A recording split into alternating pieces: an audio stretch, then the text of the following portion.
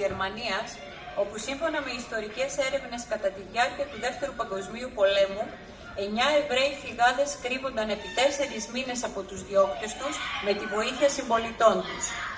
Σε έναν τοίχο του Υπουργείου αυτού βρέθηκαν γραμμένοι οι εξής στίχοι: «Πιστεύω στον ήλιο ακόμα και όταν δεν λάμπει. Πιστεύω στην αγάπη ακόμα και όταν δεν την αισθάνομαι. Πιστεύω στον Θεό ακόμα και όταν ο Θεός είναι σιωπηλός». Αυτοί οι συγκινητικοί και γεμάτοι θρησκευτική πίστη στίχοι έχουν αποτελέσει πηγή έμπνευσης και έχουν μελοποιηθεί από πολλούς σύγχρονους συνθέτες, μεταξύ των οποίων και ο Αμερικανός συνθέτης Μαρκ Μίλερ, τη διασκευή του οποίου θα ακούσουμε αμέσως τώρα. Σολίστ Χριστίνα Δόλα και Ειρήνη Κοντσιώτη.